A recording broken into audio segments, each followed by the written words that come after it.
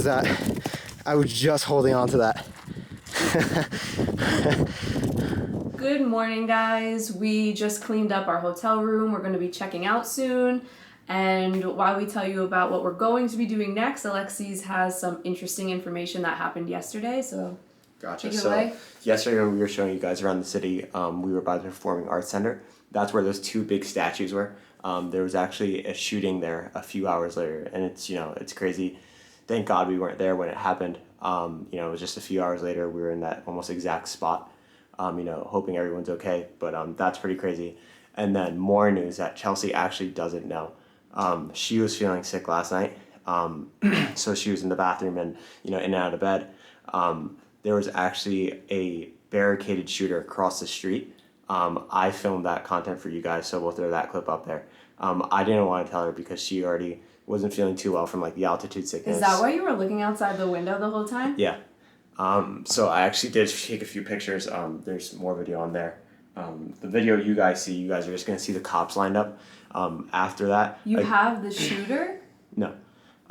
That's just the cops going to that barricaded zone. So what you guys are going to see is the cop cars lined up. But a little later, a bunch of SWAT started to show up. We saw I saw at least riot shields and things like that. Apparently he was barricaded inside of the King Scoopers parking lot. Alright guys, I think there is a gunman outside from what we've been told. I don't want to tell Chelsea because I don't want her to panic. She's not feeling too well right now. But this is the scenario right now.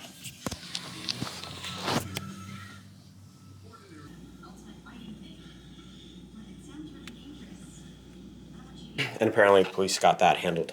So that's all good now. Yeah, so on to more positive news though. Wow. We got a lot scheduled for today. We're on in the day. First, we're going to be going to Pike's Peak, which I'm really nervous about because there's no railing as you're driving through it, and I'm naturally nervous in the car. So he's going to be doing all the driving, obviously, but it's still super nerve-wracking. And then after that, we're going to... Garden of the Gods. And that's a bit of a drive, so we're going to get going now, and we'll film what we got. Right. So we're pulling up right now, going to park. So far, it's super, super cool. Look, this looks like the rock from The Lion King. Oh, yeah, it does. All right. So what's up, guys? We're here at the Red Rock Amphitheater. As you can see, it's an entire stadium that's outside, surrounded by these huge red rocks. This fits about 10,000 people, which is pretty crazy because it seems a lot smaller. Right now, because of COVID, obviously no concerts are happening, but there's a ton of people working out.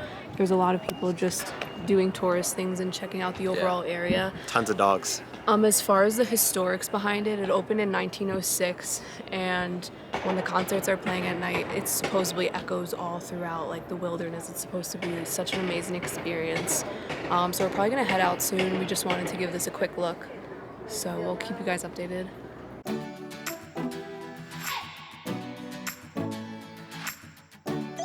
Oh, he's so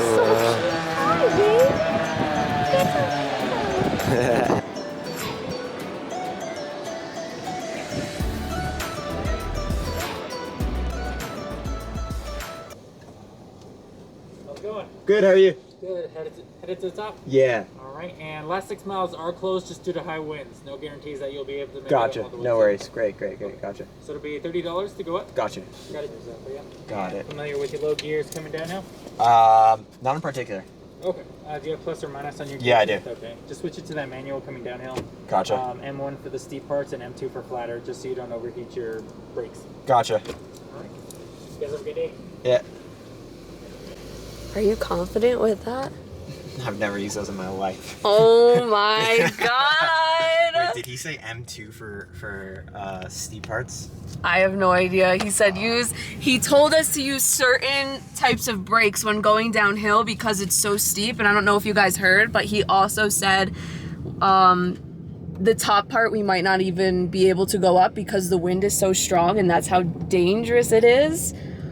We just started. Here's a sharp turn.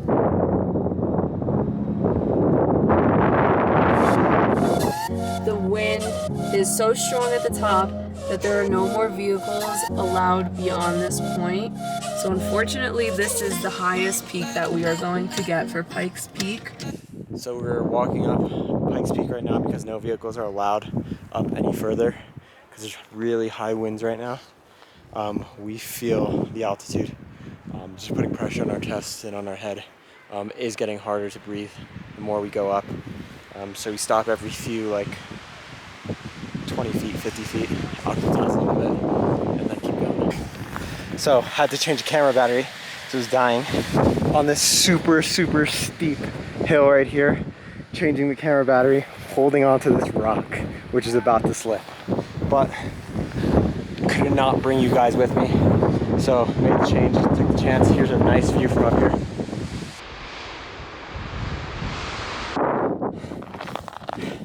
Gonna go to that rock cluster right there.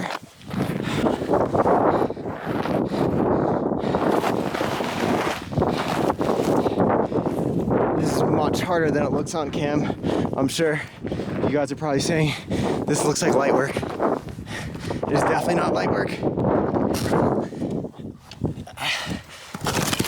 Oh, there goes that. I was just holding on to that. Oh boy, look at that thing roll. That's how loose these rocks are up here. And that's what I'm trying to show is the actual danger of coming up here. There's Chelsea down there, just waiting for me to get down. Absolutely nobody up here. All right, this is all gravel. So let's slide down this.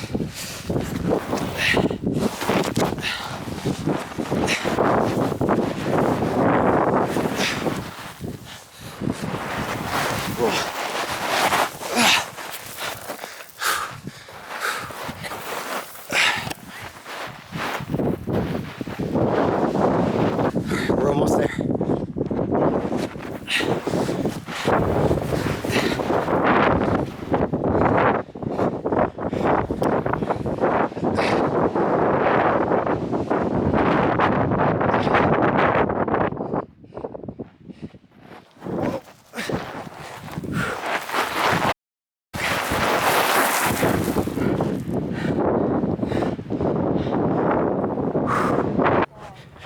I'm coming over. Chel's saying she's not in the greatest position right now. I'm gonna see if I can help her out. I came down from such high altitude so fast. Oh. You good? How she's going down versus how I went down. If I pull you, I'll help you. I can hold you right past mine. Right here. Right here. All right, guys, I'm gonna put you away from now. We're almost at the car. We only have maybe 40 more feet to go. So yeah, pretty insane views up there. Hope the audio was working because it was so windy. I tried my best to cover the camera with my hat so that way you guys could actually hear it. But if it's not inaudible, then we'll put some subtitles in to make sure you guys can hear what I said up there. But super cool. We're gonna make our way down the mountain now and head over to Garden of the Gods and check that out. So we're here at Garden of the Gods. It's a 320 million year old sandstone formation. That this place was a place that was fit for the gods, and as you guys can see, it's actually quite spectacular, just the formation of it. And these rocks actually go down further past than what you can see on camera, and it's just a beautiful natural place.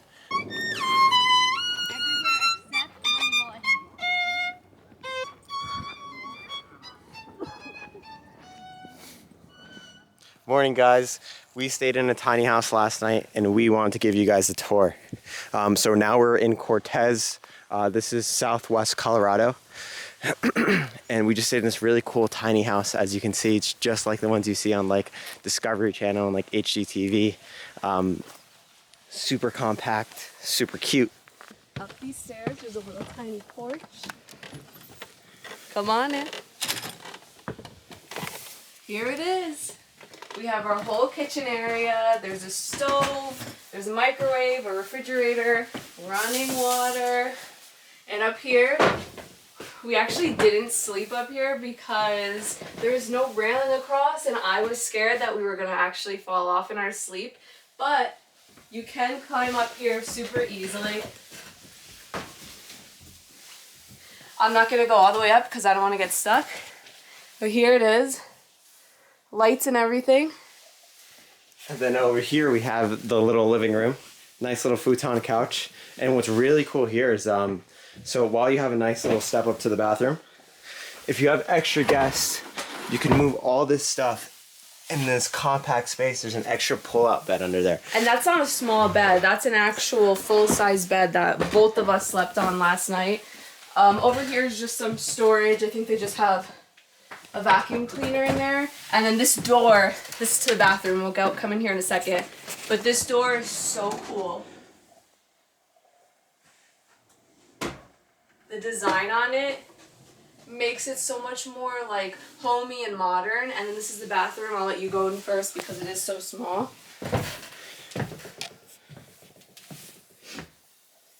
So we have to remember this is a tiny house, so it doesn't have all the same functions of a full-size house. So this shower actually only has 5 to 6 minutes of hot water.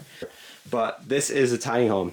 As you can see, like, for a tiny house, it's super spacious. Like, I know I'm not that big, but there's so much room in here. We were actually super surprised that there's so many different, like, cubbies and compartments for extra storage and space. So it makes it livable and super doable. All right, guys, so this is our last day. We're in our last Airbnb. Today we have the Cortez Mountains on schedule. At these mountains, we're going to see some really cool old style houses that were actually built inside the mountains by the original settlers that were there. But overall, this trip has just been an amazing, nature trip, and really reflective on what the U.S. and Colorado has to offer. So we'll give you guys some more history once we actually arrive to the hike that we're about to do. We're sad to leave this tiny house. They have free roaming chickens and geese, so I think we're gonna go check that out before we leave, but we will catch up with you guys on the mountain. So right now we're passing this long road with all the trees that look like this, and that's because there was a huge fire. And it's really interesting because you can actually see parts of the trees are burned to a crisp, and it looks like if you touch them, they'll just turn to ash, but it's literally on both sides. Throughout our travels, we have seen a couple of wildfires when we were in Africa, and we saw how fast the fire spread. So I'm not surprised that this goes on for miles and miles. But every time we see something like this, it still is mind-blowing because of how devastating it could be to nature.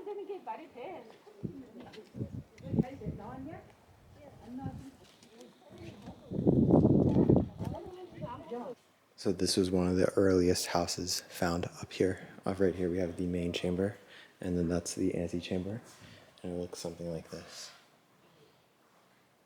And as you saw, the house was half underground and half above ground. It was half underground because it kept them warm in the winter. There'd be a nice little fire pit right dead center, and it would keep all that heat and nice and insulated inside. And in the summers, as you guys know, when you go to your basement, it's nice and cold. So it would keep them cool in the summers as well. It's really hard to believe that people were able to live like this, all year round, and they did this easily. It's not like us, so we can do it, but it'd probably be a real struggle for us.